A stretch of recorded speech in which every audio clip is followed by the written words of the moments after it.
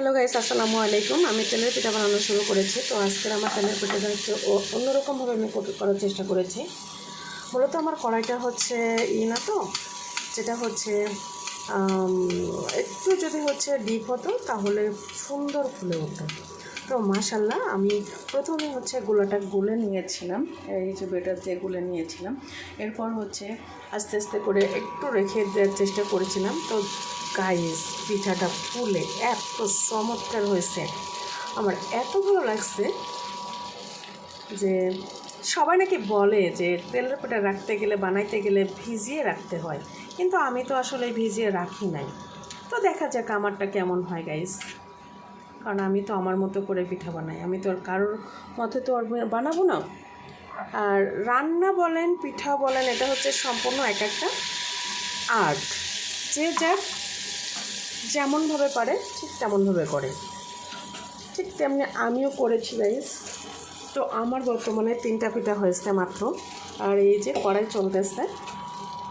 আমরা কিছুক্ষণের মধ্যে এই পিঠা এবং আমার পাশের আপু সবাই মিলে একসাথে আমরা হচ্ছে নাস্তার একটা আয়োজন করেছি। সো সেই নাস্তার আয়োজনের মধ্যে আমি এটা করেছি, কারণ সারাদিন তো কাজ কর্মব্যস্ততার মধ্যে থেকেও আমাকে এই কাজটা করতে হবে। তো ভাবলাম যে সহজভাবে কোনটা করা যায়, এজন্য এই সহজভাবে একটা পদ্ধতি পেয়ে গেছি। সেই সহজভাবে এবং আমার ফেভারিট আমি তৈরি করে নিলাম খুব দ্রুত। গাইস সবসময় বুদ্ধি রেখে কাজ করতে হয়, আর বুদ্ধি যদি খাটায় কাজ না করতে পারেন তাহলে কিন্তু পস্তাবেন, এটা অবশ্যই মাথায় রাখতে হবে। মাশাল্লাহ, পিঠা দেখে তো আসলে এত ভালো লাগবে।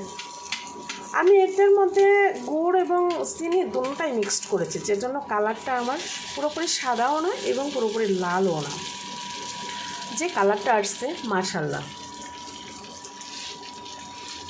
দেখেন চমৎকার ফুলে একদম মানে লুচির মতো হয়ে গেছে।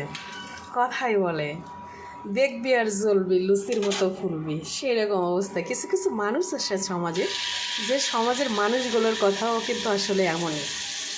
তারা মনে করে যে ও আমি সব পারি, কিন্তু আসলে না। এই সব পারার মধ্যেও কিন্তু কিছু অপারগতা চলে আসে গাইস। তো আমার পিঠা মাশাল্লাহ সেই সুন্দর হয়েছে, আমার কাছে সুন্দর হয়েছে। দেন বাকি যারা খাবে তারাও তো এটা ফিল করবে এবং তাদের থেকে রিভিউ পাবো ইনশাল্লাহ। আজকের মতো এই পর্যন্ত। ধন্যবাদ সবাইকে, সবাই ভালো থাকবেন। আল্লাহ হাফেজ।